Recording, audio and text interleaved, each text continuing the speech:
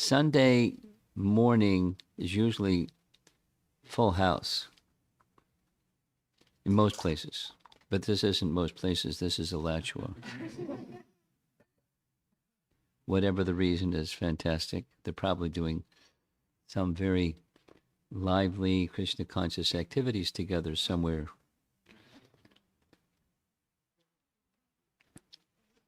Or they're come fashionably late. But, you know, this is not a late crowd. This is the Alachua crowd. The devotees, just a little observation. More than this place, many people at the beginning of a program, there's like a quarter of attendance, and then after the first 15, 20 minutes, it becomes more full. In Alachua, it's generally people are on time. Yay. And they have other things to do, so they don't come, and that's fine. That's fine. But promptness is just, you get 5 gold stars on your Alachua report card. Commonly. So part 6. The plan is, if Krishna permits, we'll complete chapter 6 of Canto 7, which is the teachings of Prahlada Maharaj. And I added a little subtitle because this is what the final verse that we ended with, and we're going to spend a little bit more time with that final verse that we ended with. That's act for the Lord's satisfaction. So it's his like an instruction or an appeal. He already went through the don't do this and don't waste your time and so forth. Therefore, my dear young friends born of demons, please act in such a way that the Supreme Lord, who is beyond the conception of material knowledge, will be satisfied. Give up your demoniac nature and without enmity and duality. Act without enmity and duality. Show mercy to all living entities. So that's the Sanskrit is Sauhridam. If you remember, what was that picture of Sridhar Swami giving Bhagavad-gitas to people in India, and I don't know what was going on. There's a whole lot of police around, but giving mercy, one way or another way or another way, give mercy. Show mercy to all living entities by enlightening them in devotional service, thus become their well-wishers. Sauhridam. So here's Vishwanath Chakravarti Thakur's commentary. This is continuation from yesterday, but it's worthwhile spending time because it's an important message. This is his commentary on the verse 25. Since the Lord can be realized by bhakti, bhakti should be made steady, without obstacles, by showing mercy and friendship to all beings. So it's not just a behavior, it's a necessity. Sauhridam also means affection. So sauhridam, showing mercy and friendship. Sauhrid.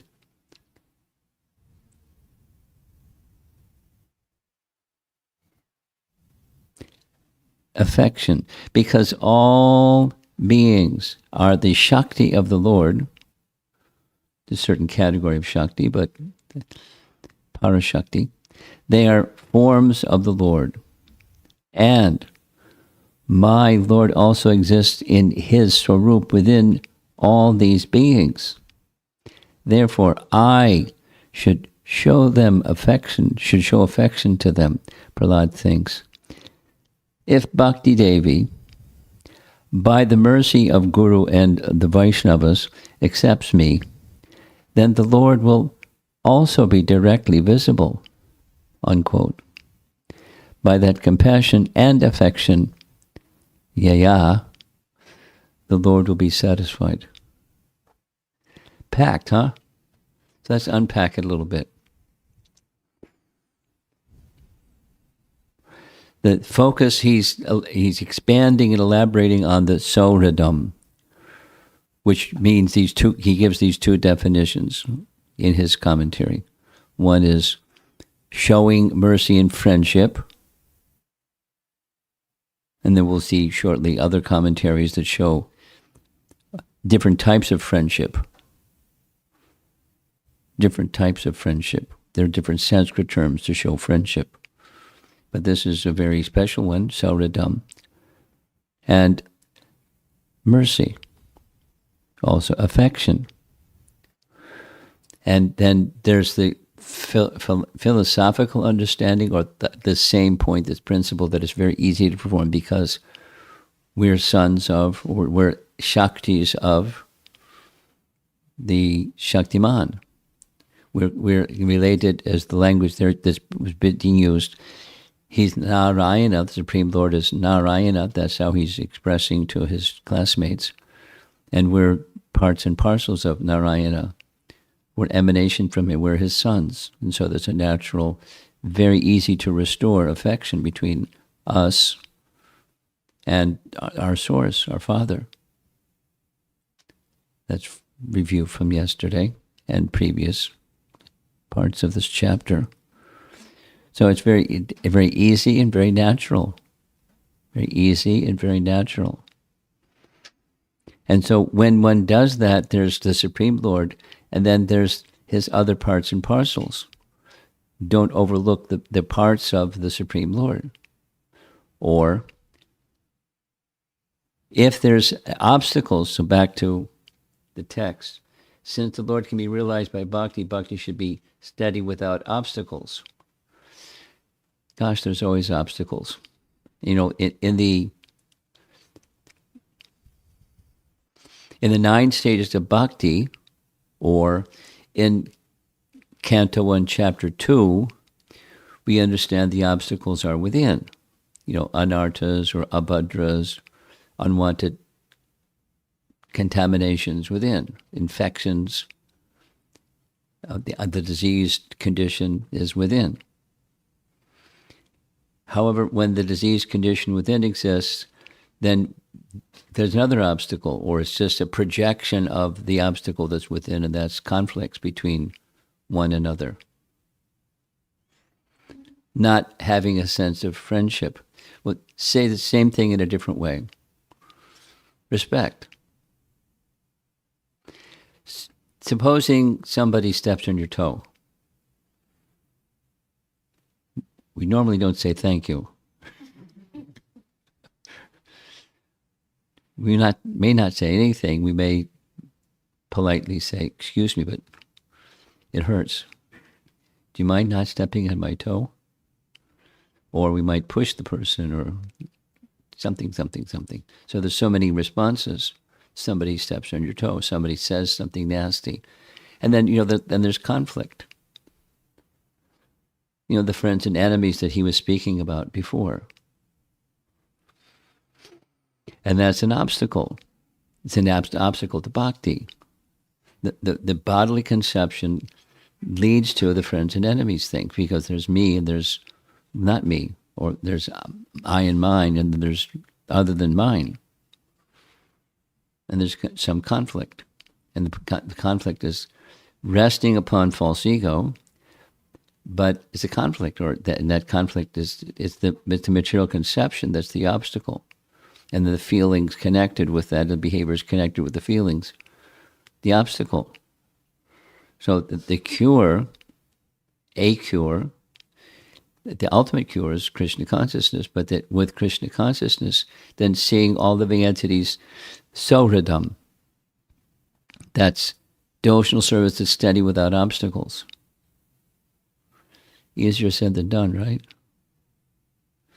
But that's the indication in Vishwanath Chakravarti Thakur's commentary that Prahlada is saying. Let's go back to the verse.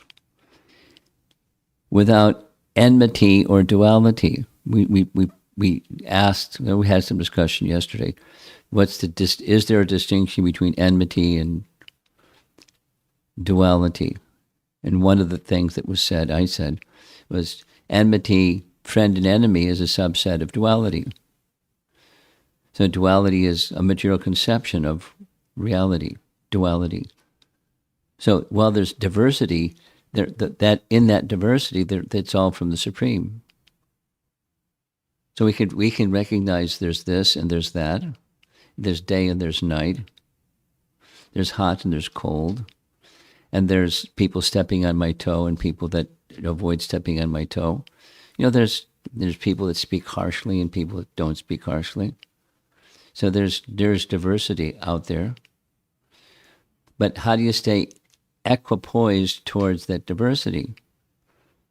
When you can distinguish diversity, because the intelligence light is on, so I can discriminate. This is this and that's that. And how do you maintain equanimity, equipoised, seeing the spiritual connection between us and the source, between them and the source, and they are behaving this way with the sanction of the Supreme. They've got this desire or that desire, and therefore they have different behaviors. But so, it's tough. Dealing with the diversity, so he is indicating in this verse, give up your demoniac nature and act without enmity or duality. So you can discern, but don't accept that as reality. Certainly also this friend-enemy. Rather, so the purport of Vishwanath Chakravarti Thakur commentary is, without obstacles, with friendship and mercy and affection, which is even more than being respectful. Respectful is kind of like neutral. And affection is more than neutral. It's a positive feeling. Positive feeling, even, it's exhibited later, it's exhibited by Prahlad towards his father. His father was, Mr. Nasty.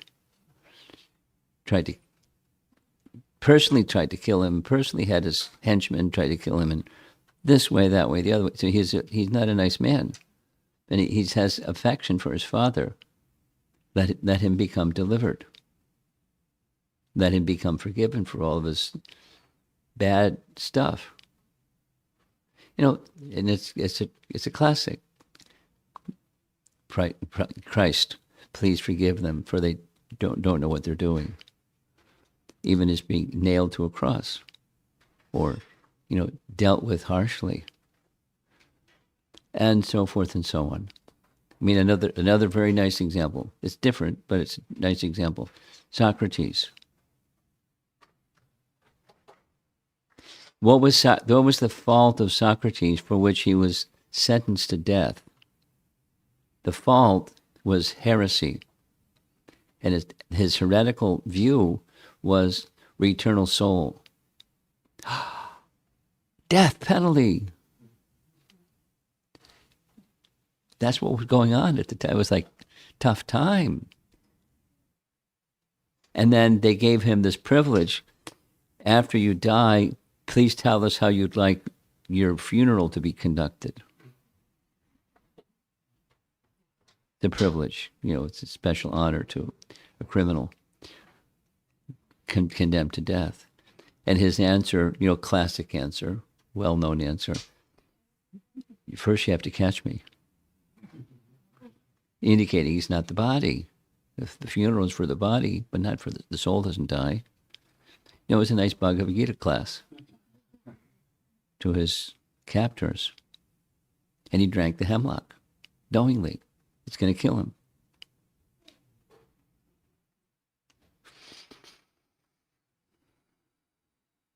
And there's other examples and other examples.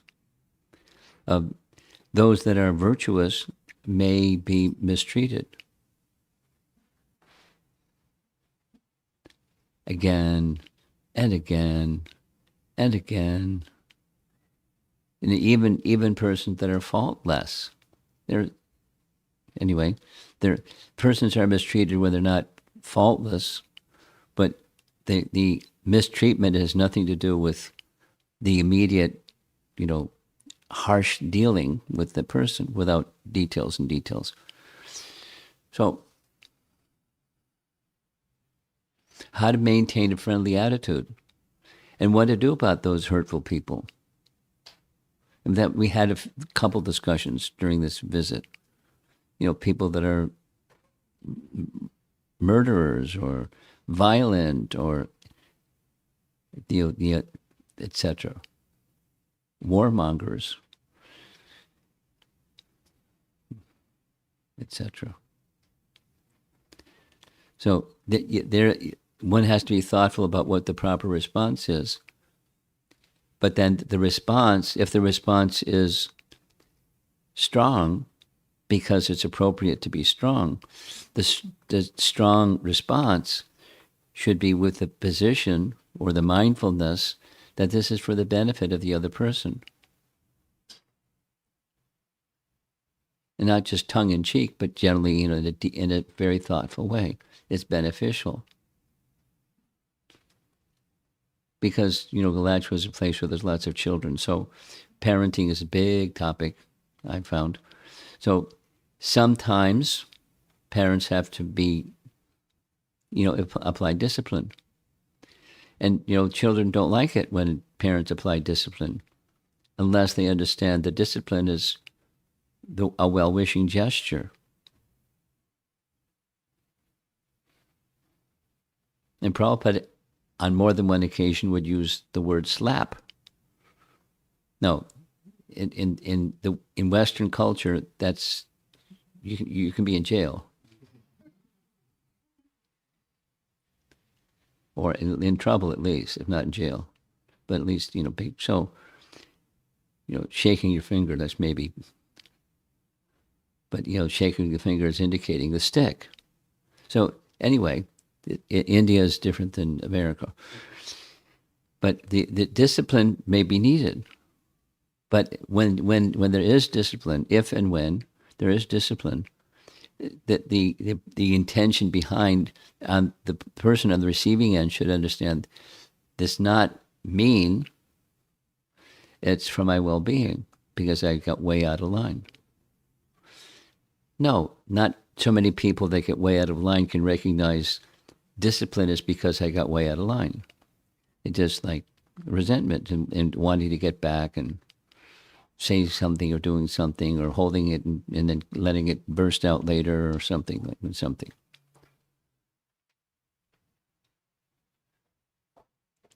But it's part of parenting to help a dependent or being a guru and disciple or a teacher and a student or something and a something.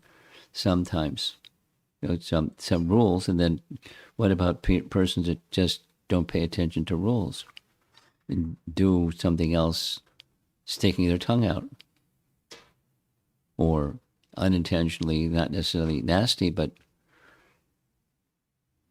I'm above the rules. So I'm spending too much time on this.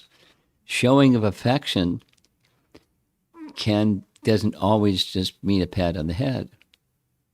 Showing affection may the behavior and speech may be diverse, but behind it. So this is a principle where interpersonal dealings are without obstacles, so that bhakti can remain steady. The seeing of friends and enemies, seeing within duality, seeing just exactly the verse, enmity and duality. Leave that to the side, but then do this, whatever it is, in social interaction that's coming from a different place, from a devotional place. Easier said than done, isn't it? So, and how is that accomplished? Purity, but purity, how does purity come? By focusing on the Supreme, or bhakti, devotional service under the Supreme, has the power to cleanse this other stuff away.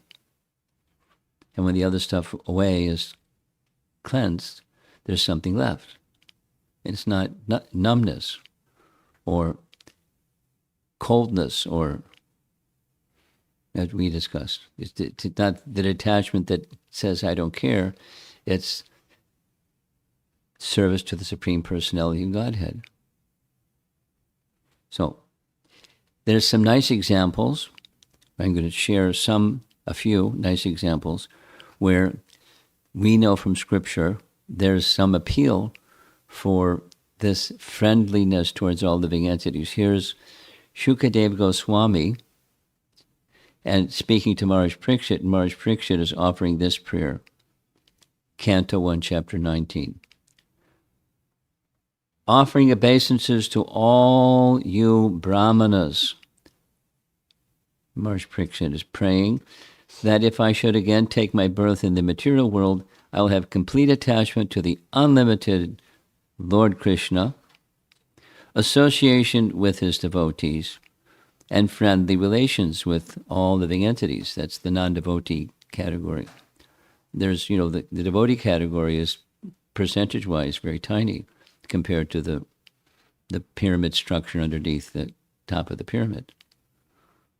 But friendly relations. Now, how do you maintain friendly relations with people that are cruel and nasty and mean? It's an attitude. It may not. There's the consciousness behind is what's important. No, the behavior may be what it may be. A friendly disposition towards living entities that are harsh and cruel. Be respectful and keep a distance. It's one of the respectful distance. Because these kinds of questions come up. I'm anticipating, been down this road many times, and what about this, and what about that? And here's another nice example. This is another wonderful like this, and what about that? And another example.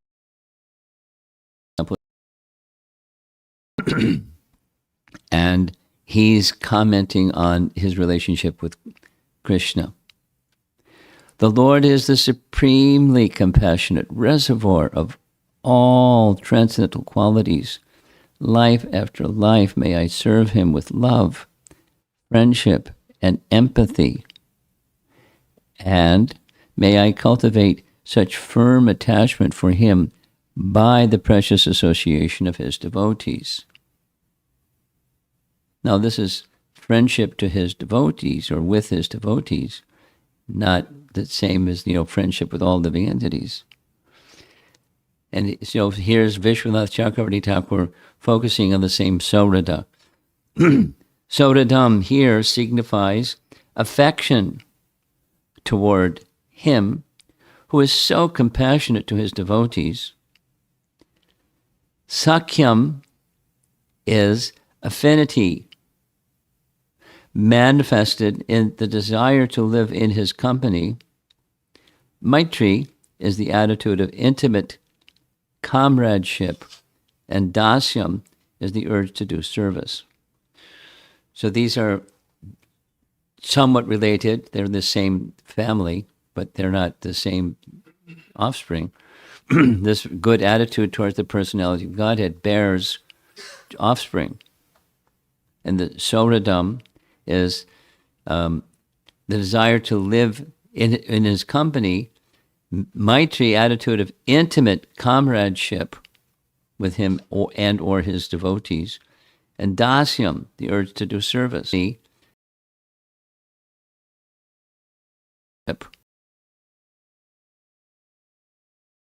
Dasyam, the urge to do service unto him and thus his devotees. So this balance, back to the Sauradam in this verse at the very beginning of this commentary, is friendship towards him that carries with it compassion towards his devotees.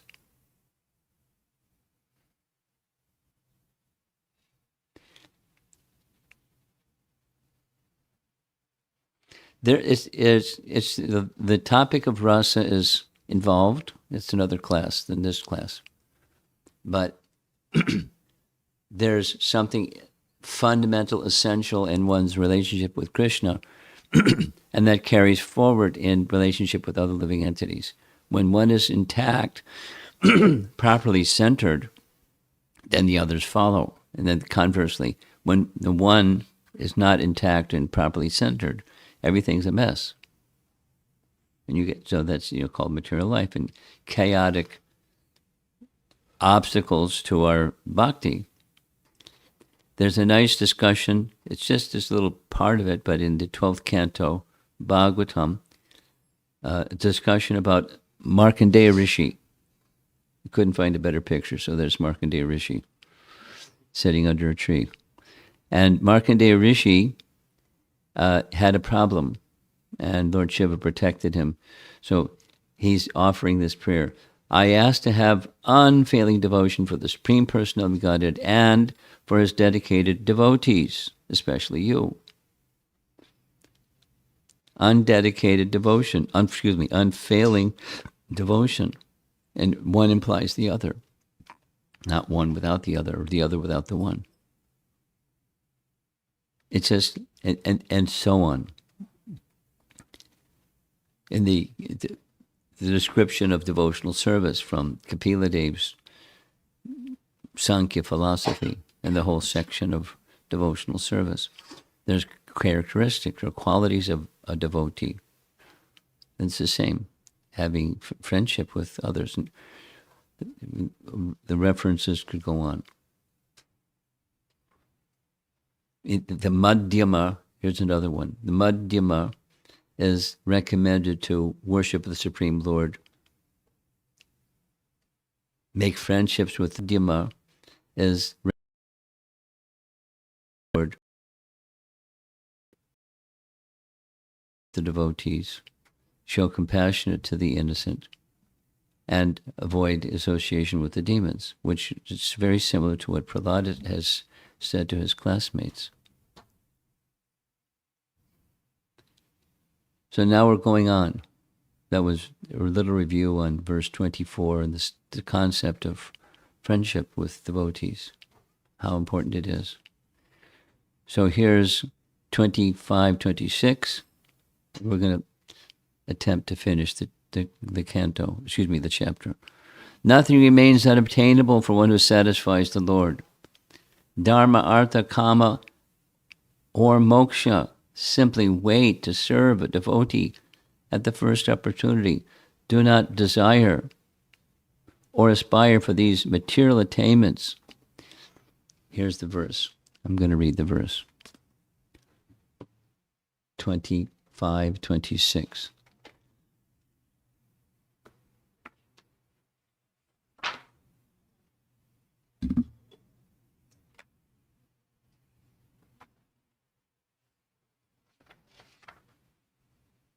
Nothing is unobtainable for devotees who have satisfied the Supreme Personality of God, who is the cause of all causes, the original source of everything. The Lord is the reservoir of unlimited spiritual qualities. For devotees, this is, remember the context, this is Prahlada sitting in the classroom while the teacher's away. Prabhupada says it's tiffin time. And those are from India, you know what that means. The Lord is a reservoir of unlimited spiritual quality for devotees, therefore, who are transcendental to the modes of material nature. What is the use of following the principles of Dharma, Artha, Karma, Moksha, which are all automatically obtainable under the influence of the modes of nature? We, devotees, always glorify the lotus feet of the Lord, and therefore we need not ask for anything. Dharma, Artha, Kama, Moksha. 26. These four, these are described in the Vedas as Trivarga, although it's four. The three ways of salvation.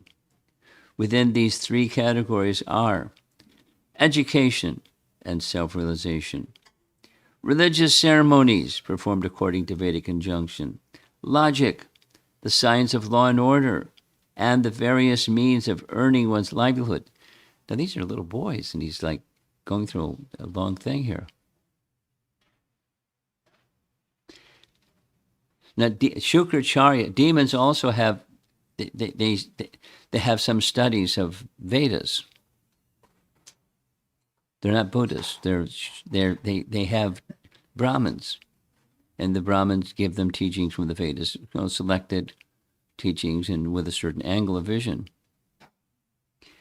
These are the external subject matters of study of the Vedas, and therefore I consider them material. However, I consider surrender to the lotus feet of Lord Vishnu to be transcendental. He's not beating around the bush. He's really heading for the main target. So here's text 27. Only by the spiritual master's mercy is it possible to understand this confidential knowledge. Of course, he's had the benefit of Narada's association. Here's Narada with Dhruva and his association. Lord Narayana formally explained this transcendental knowledge to the great saint Narada. Narayana to Narada. It is extremely confidential and difficult to understand. Only by Narada's mercy and in his disciplic succession can one understand.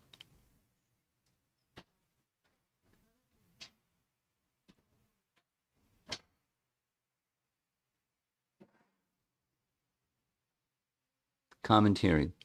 Realization of the Lord is possible only by association of devotees. This is Prabhupada at Henry Street Temple.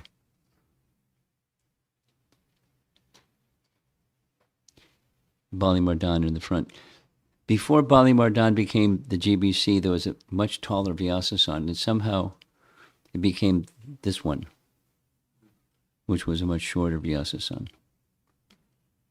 But anyway, the living entity in the material condition wanders through many varieties of life and many varieties of circumstances. But if he comes in contact with a pure devotee and is intelligent enough to take instructions from the pure devotee regarding the process of devotional service, he can understand the Supreme Personality of Godhead, the origin of Brahman and Paramatma without difficulty.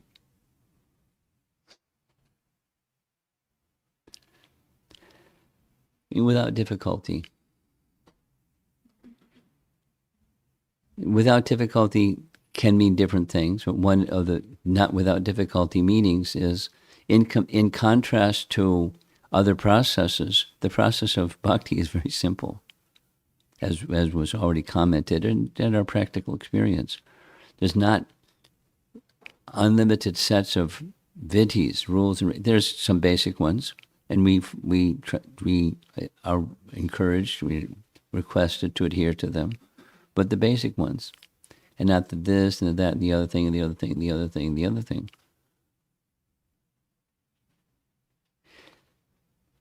Simple.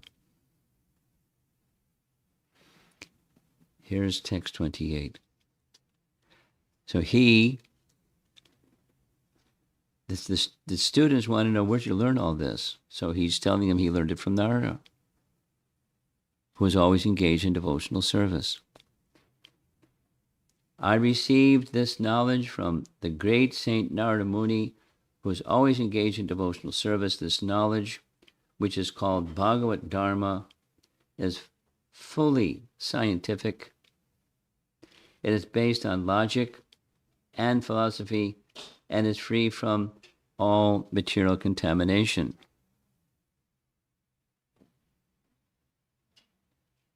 That's the same translation. Just read. So he's the appeal of a bhakta, same as Bhagavad Gita, after this and that and the other teachings, surrender to Krishna. So that's his appeal. And Chaitanya Mahaprabhu made the same appeal through in that access to that place of surrender is starting with and made and facilitated by the chanting of the holy name. Prabhupada's way of addressing this. One need only to chant the Hare Krishna Maha Mantra. Everyone engaged in practice of chanting the Hare Krishna Maha Mantra may take a while, but will be completely cleansed from the core of the heart and be saved from the cycle of birth and death. That we discussed this. Rigatmika's question on, if it can happen very quickly with just a moment, a slight amount of devotional service, why does it take so long? We're covered and we're distracted. And less applying ourselves than what's possible, but the potential is there, the potency is there. Here's Prabhupada making reference from the very first verse. The Krishna consciousness movement is anxious to serve human society by teaching people to perform the devotional service which can save a human being from his degraded again and again to animal life, from being degraded again to animal life. Sorry.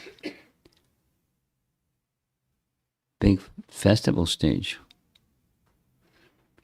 Looks like Los Angeles, yes? No? Poland? Okay. It's a big gathering. It's a big stage.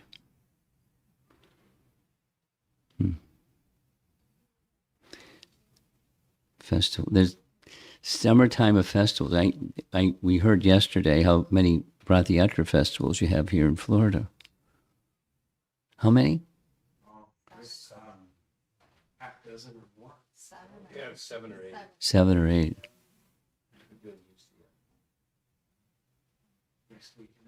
Are you part of the festival team? No, I just go and eat. Oh, come on. I'm sure. Badra's the man, but you're probably part of the team. I just love those festivals. It makes life worth living.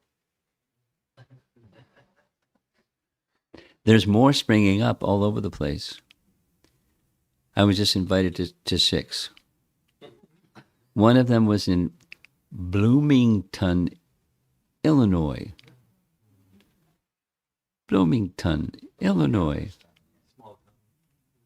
It's just a university town. It's a university. It's that small. Anyway, and the mayor is coming, and it's a big. I'm sure it's going to be a nice event. So I said, "Oh, sure, I'll come.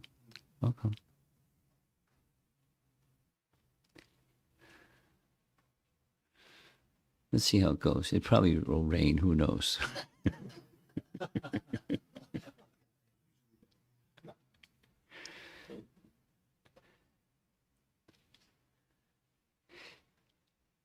Do you know the story behind the New York Rath Yatra being on Fifth Avenue? Here's a little story. This is a story I've heard. I heard it from Hansarupa, so it's probably true. Notice the word probably. Tosan Krishna was responsible to get the permit people to say yes instead of no, because it was no. You want to parade on Fifth Avenue? No. But he persuaded them to say yes instead of no. And once it's in, they could change it, but grandfathered in. So he showed the reference from our scripture that says the most prominent street in the city. And that's Fifth Avenue. So they said yes.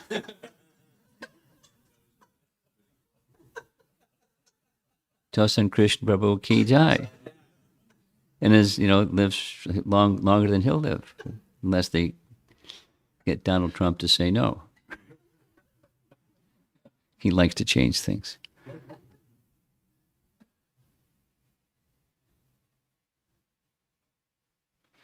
And you probably know the other one also, but to build the Rath Yatra cart, where do you build the Rath Yatra cart in Manhattan? So there, over on the far west side of Manhattan, there was an abandoned railroad yard with railroad ties, and Donald Trump owned it. So somebody went, I forget who the somebody went, maybe it was Jayananda or somebody, and he said yes. And then they used the railroad ties to build the cart. You know how big railroad ties are, but Jayananda doesn't want to spend any money, so he used railroad ties. and the carts were really big. And you can imagine how heavy were the really big carts made of railroad ties. Now, after that, they got regular lumber instead of railroad ties, but that was the first year built in Donald Trump's parking lot or property. History.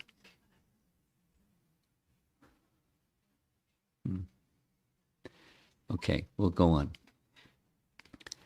Text 29 and 30. These are verses combined together. The sons of the demons replied, Dear Prahlad, neither you nor we know any teacher or spiritual master than Shanda and Amarka, the sons of Shukracharya. After all, we are children. They are our controllers. For you especially, who always remains within the palace, it's very difficult to associate with great personality. Dear friend, most gentle one, would you kindly explain how it's possible for you to hear Narada? Kindly dispel our doubts in this regard. But you're going to have to wait for the next chapter, because it's chapter 7, what he heard within the womb. So he tells that story. So those are his teachings to his classmates. And it's bhakti from the beginning to the middle to the end. It's right in the very, very first verse, and it's right in the concluding instructions. And, the reasons, what are the consequences if you don't?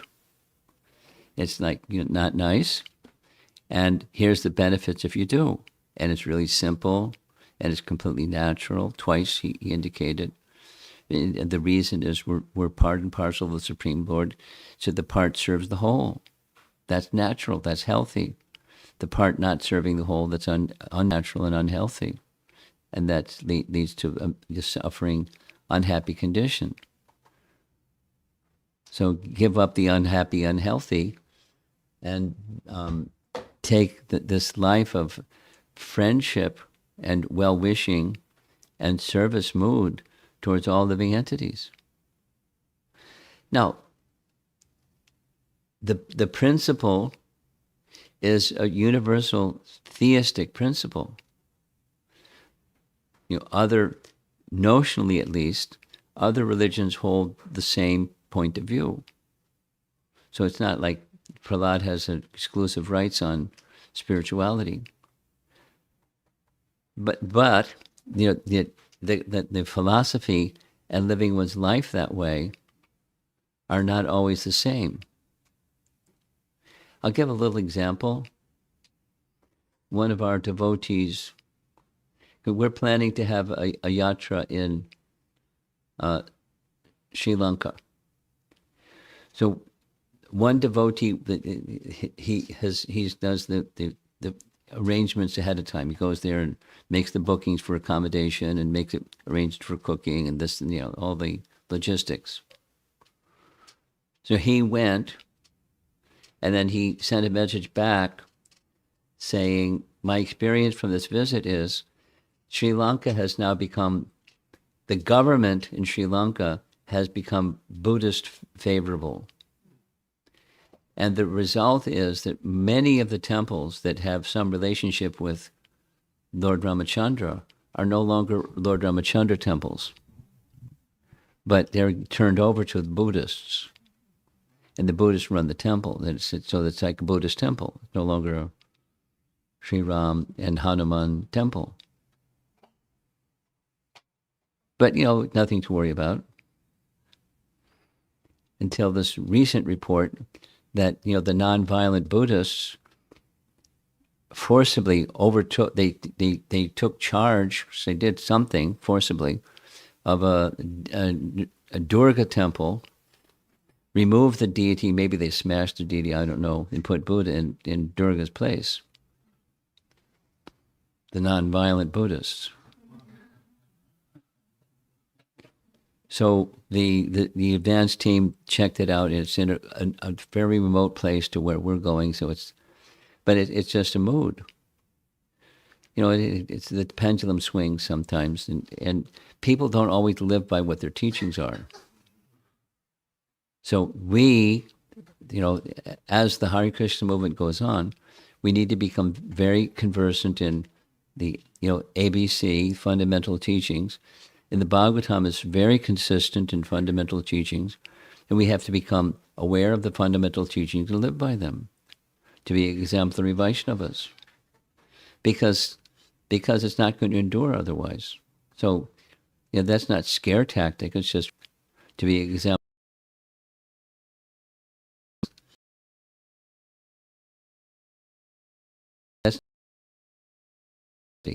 Over time erodes things. And it doesn't take a whole bunch of time to erode things. It can happen pretty quickly. Too quickly. So, therefore, Komara Acharat Pragyo Dharma, our children, the younger generation Hare Krishna kids, universally, Kirtan, yes. Japa,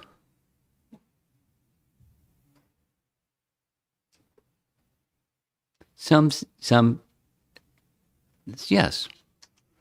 And many it's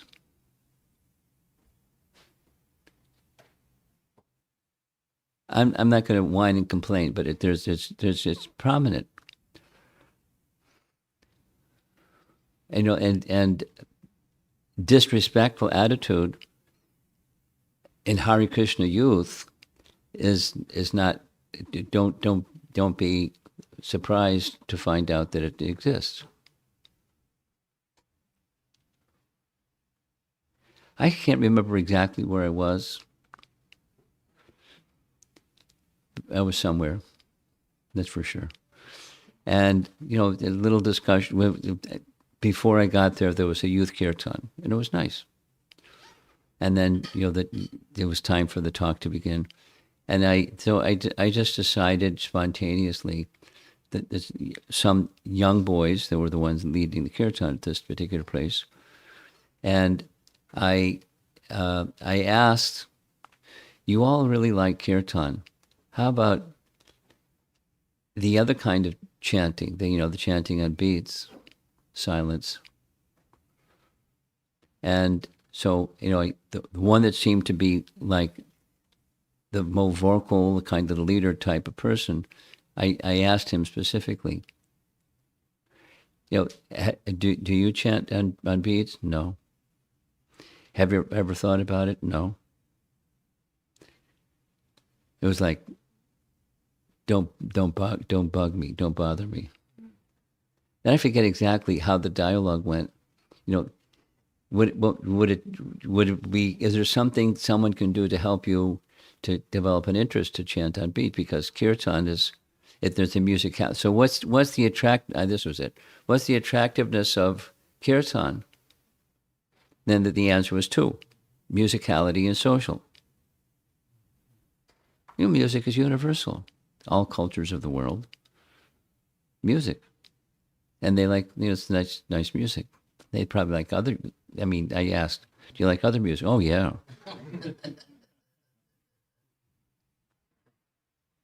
I didn't ask him what kind. And social.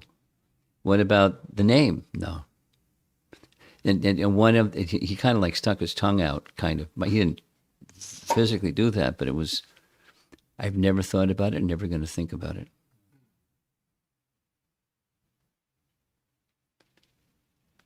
Don't tread on me, kind of okay.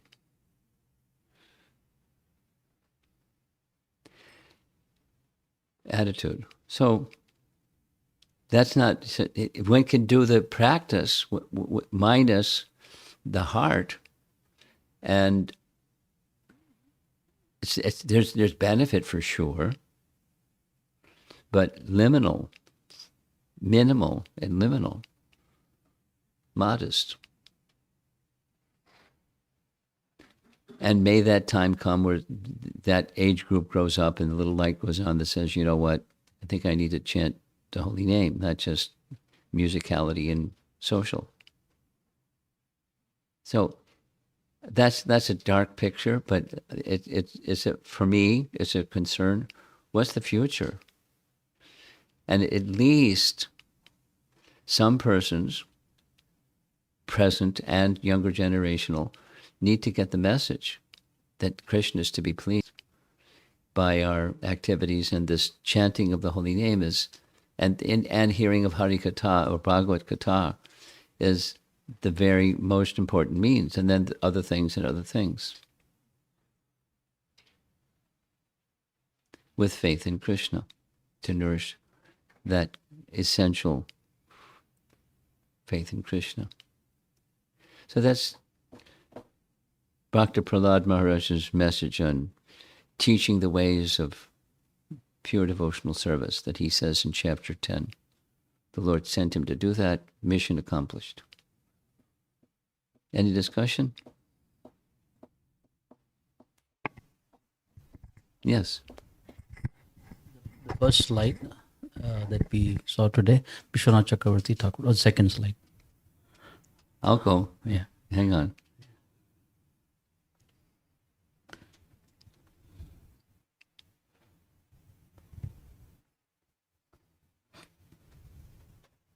Yes. Yeah, it's packed, this purport or this paragraph. I couldn't get past the first sentence. So here I have a couple of questions. Since the Lord can be realized by bhakti, bhakti should be made steady without obstacles. So far, so good. By showing mercy and friendship to all living beings. So here the bhakti should be made steady without obstacles. So for oneself, one's own bhakti should be made steady, or it should be made steadily available to others. Because by showing mercy and friendship to all beings, that after the comma, that sort of threw me off. Or showing mercy and friendship to all beings is also a part of bhakti. And that's how it becomes steady. Like a madhyamadhikari, he is enjoined to show mercy. And nishtha is also a stage usually associated with the madhyama. So all those things are there in the first sentence for me. So the question is, the bhakti should be made steady. So one's own bhakti should be made steady, or it should be steadily available to others. And showing mercy and friendship to all beings is also part of bhakti. So all of that, is that correct? Is my understanding correct? Yes, of course, and there's other understandings that are also correct.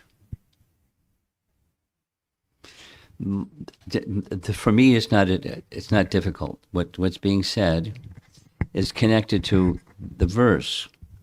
This is the commentary on the verse, and the verse is enjoining to his friends, give up enmity, friend-enemy, and other forms of duality. So if you give up friend-enemy, having friend-enemy, having that duality, that's an obstacle. So the obstacle is internal, and then it comes external. If I'm holding enmity, then I'm going to behave in some inimical way towards my enemies. So give it up. And replace instead of that, friendly disposition. And you're emphasized 3-4 times now, giving to others. But that flows. So it's the internal.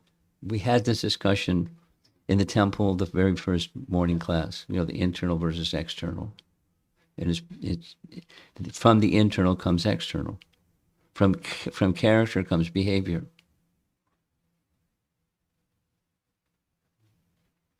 So if the character of a demon is, because they're sons of demons, they're being trained to become, nice little demons. And Prahlada is instructing them, let go of this becoming a demon mentality and give up the enmity, because it's an obstacle to bhakti.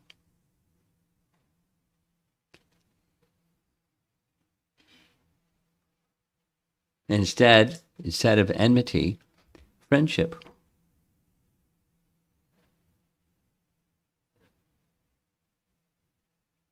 And then affection, further.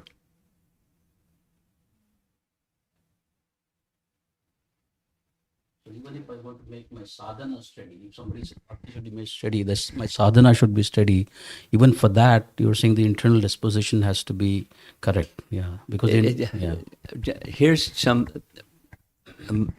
minimal appreciation. There are different lenses through which one can look at the same thing. The common lens, Vishwanath Chakravarti Thakur, the author here, this whole Madhurya Kandamani is stages of bhakti, and he doesn't bring up this at all.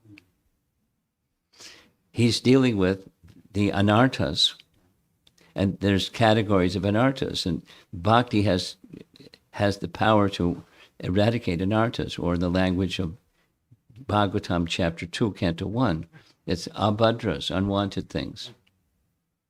So this is another lens. Speaking at the same stage of bhakti, but with a different lens.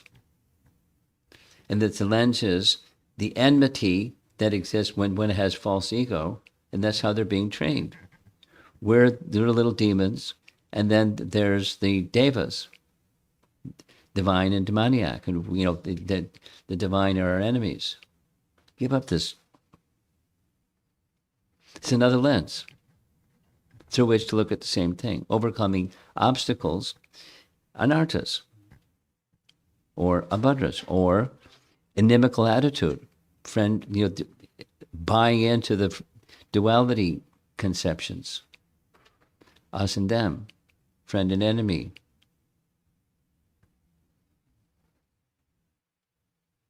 Bodily conception, expand it.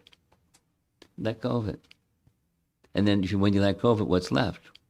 Bhakti, or the attitude of friendship.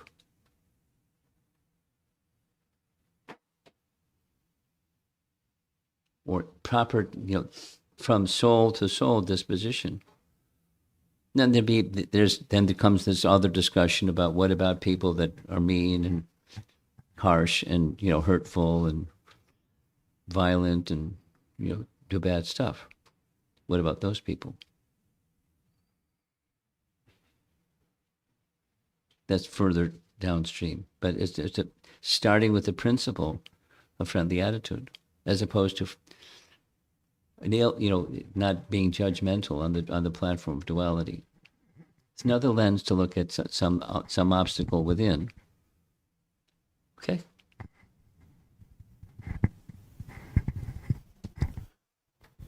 Hare Krishna Maharaj. Go ahead. So I was looking at this and feel like two things, and maybe you've covered it, and I'm simplifying it in the sense of our bhakti will become more steady and it will have less obstacles if we are merciful towards others. Yeah. Yeah. So if we do more preaching. Sankirtan. More Sankirtan, please. Yes.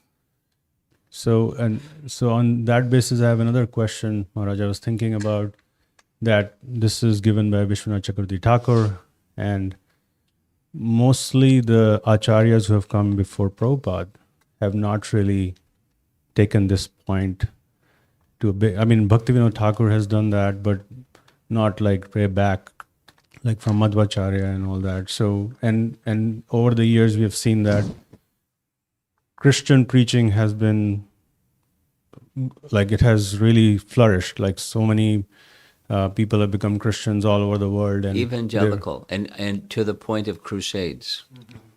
so what is missing in our because ours is the oldest Our philosophy. army is not crusades. Our army is Sankirtan. It's certainly evangelical, but with a different foundation and a different mood. You know, the mood of Chaitanya Mahaprabhu is not the mood of the modern day evangelical Christians. I mean, it's not all of Christianity is spread by the Crusades, but you know, there was that goes on. This group and that group and the other group, Islam, and you know, by military force, and without all the the abuses, it's not missing in the followers of Lord Chaitanya. Much to the dismay of persons who are part of Vedic culture that have a different background. Shankaracharya followers and demigod worshippers and Karmakanda people, and you know, they'd like us to just lay off, and we don't. We shouldn't.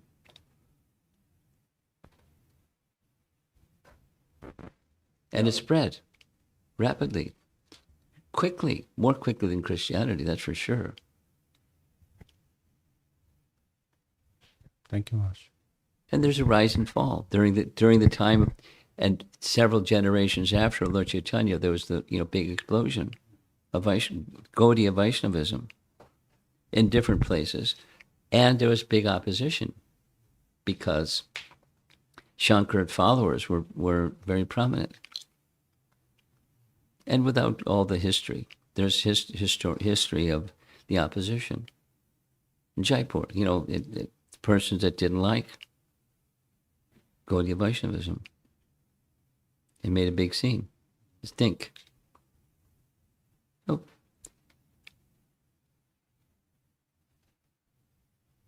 I was just thinking that more devotees will have to adopt this. Well, get on the bandwagon. More Rath Yatras than 7. Yeah. I mean, there are places where there's no Rath Yatra. Okay, Yeah. so you're invited.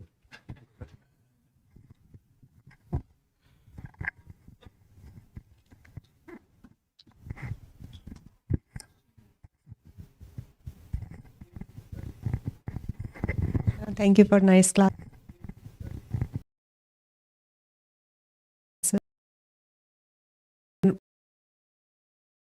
New York Rath Yatra. Thank you for sharing. We have in Florida, St. Augustine, Jacksonville, Orlando, Daytona, Tallahassee, Gainesville, Miami Parade, Clearwater, to Christmas Parade, Tampa Parade, Pirate Festival. So we have about 11 Rath Yatras in Florida. And the way we got into Tampa Pirate Festival, This isn't a Rath Yatra class. 300,000 people come. We got in because scriptures say gypsies used to participate in Rath Yatras like pirates. Gypsy, so that's how, and we get the best What do you float. want me to do? Just comment. Do anything, please.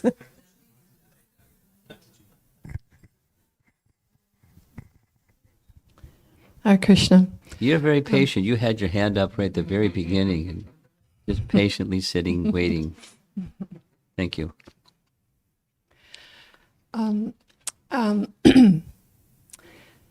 I just wanted to make a comment. Jesus, his disciples were, the 10 Commandments come from the Old Testament, and Jesus' disciples were talking about which is the best commandment, and then Jesus said, Turn the speaker this way because you may have to hold the microphone Okay, a little like this? a little further away Oh. because it sounds, like this? yeah, that's better. Okay.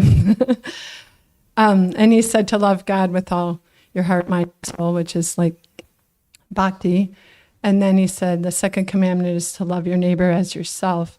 And when you were talking about the internal and the external, Yes. I, as a teacher, I have yourself.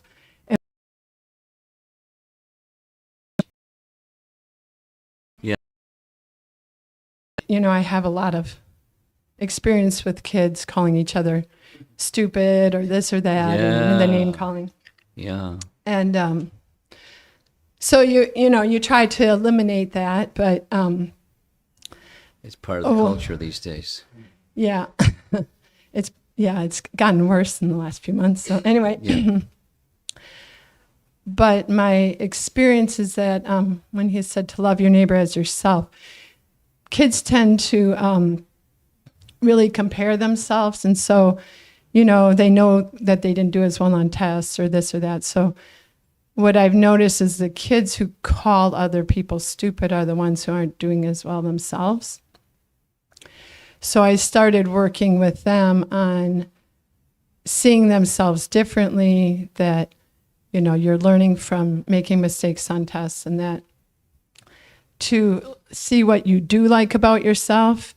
And that has really, really helped with less name calling. But I'm connecting it to the internal, and first internal, then external.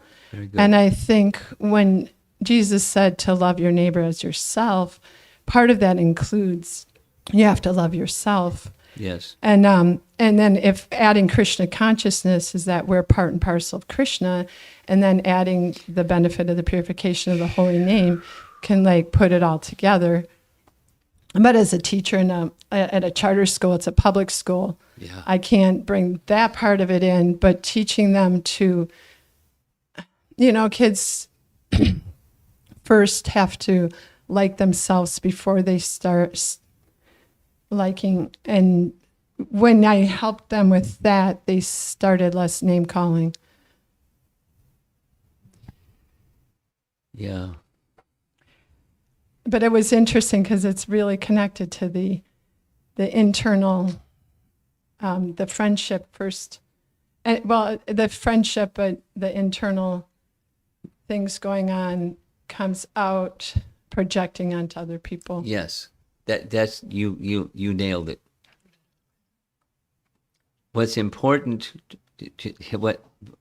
another way of saying what you're saying is Prahlada's message is the satisfaction in your loving relationship with Narayana is natural and wholesome, and when that sense of who you are in your relationship with Narayana is secured, then you can easily let go of the other stuff.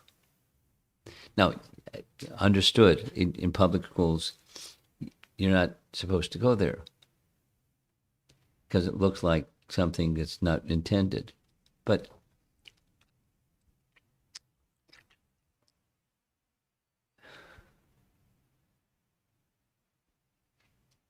I can only imagine the challenge that, as a teacher in a public school, that you have to help people that are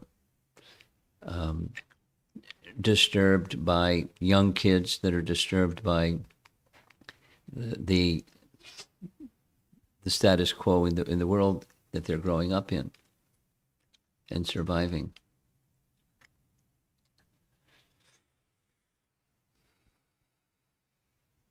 I know some others that do the same thing, that to have their teachers in public school. You know Krishna Priya? Damayanti? I don't. Krishna Priya. Krishna Priya. Krishna Priya lives in Connecticut. Advaita Chandra's wife. She's a public school teacher. I would. It's probably a good idea for you that have that profession to compare notes, to see what works and what doesn't work. I'm just making a suggestion because you face similar challenges, and some things for you might work and some things for her, a little different, might also work. Compare notes. Because and it also work.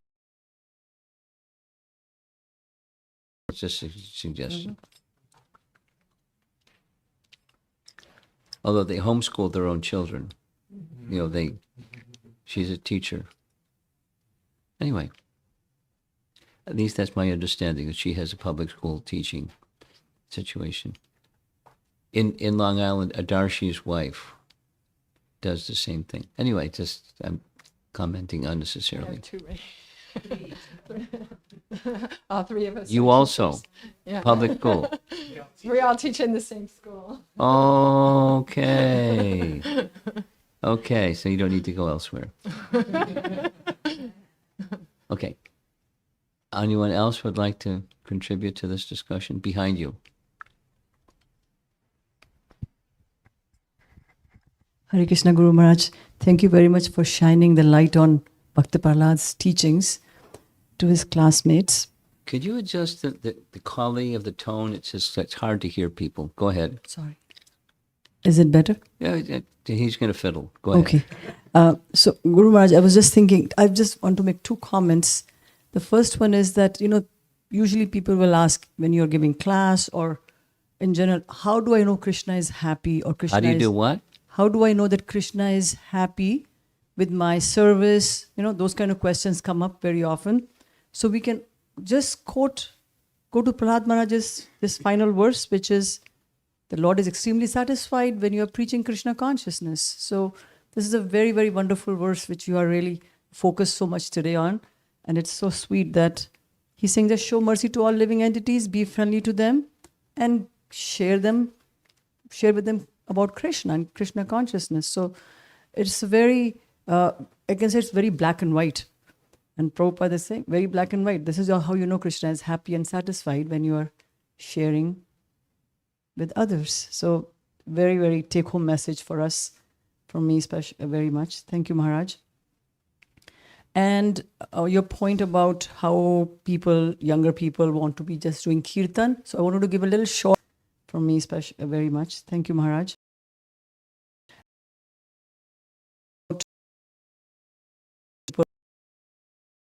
I wanted to give a very brief report on what I've observed in our community here.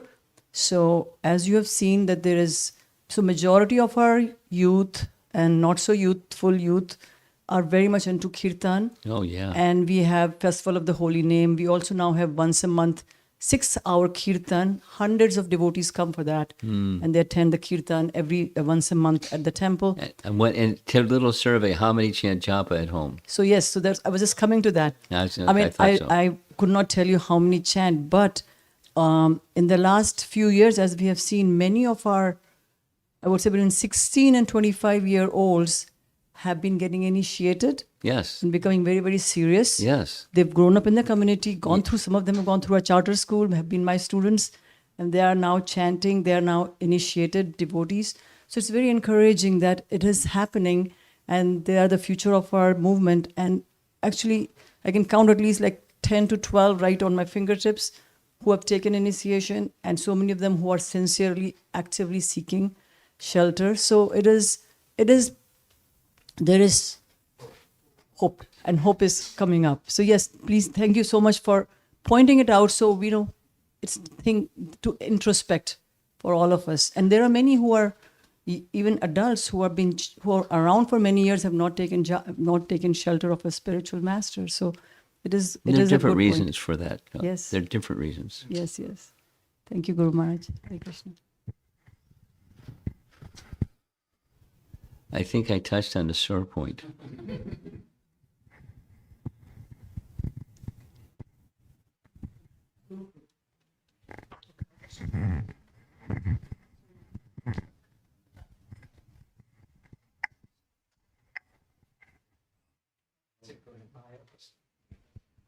Thank you, Maharaj, for the great class. I have one question in the previous slide, the duality aspect.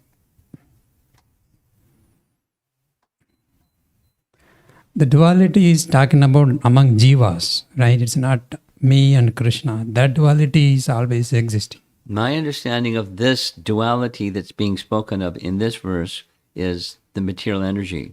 Okay. Happy, sad, pleasure, pain, honor, dishonor, light and dark, winter, summer season.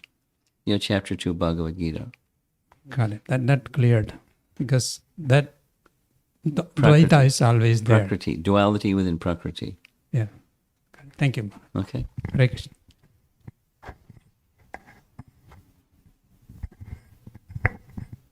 Hare Krishna Maharaj, there is an online question. Okay, let's make this the last question. Okay. It is from Lilakara Das. He always has nice questions. Thank you, Maharaj. Sometimes I it realize on how bhakti life becomes lot more joyful and simple when one has advanced association. Okay. One can beg the question, how can one determine who is advanced beyond the Oh. external? Read Bhagavad Gita, chapter 2, 54 through 58, because we discussed it already. And we had a nice story about one college kid in Bellington, Washington, came up and recited these verses in Sanskrit and then English to our book distributors, who were very sad. And he goes propping them up by reciting Bhagavad Gita. So that's my answer to Lilakar. 2.54 through 5.8.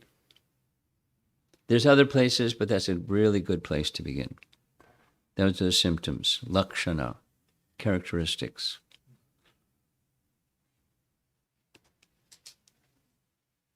Srila Prabhupada ki jai.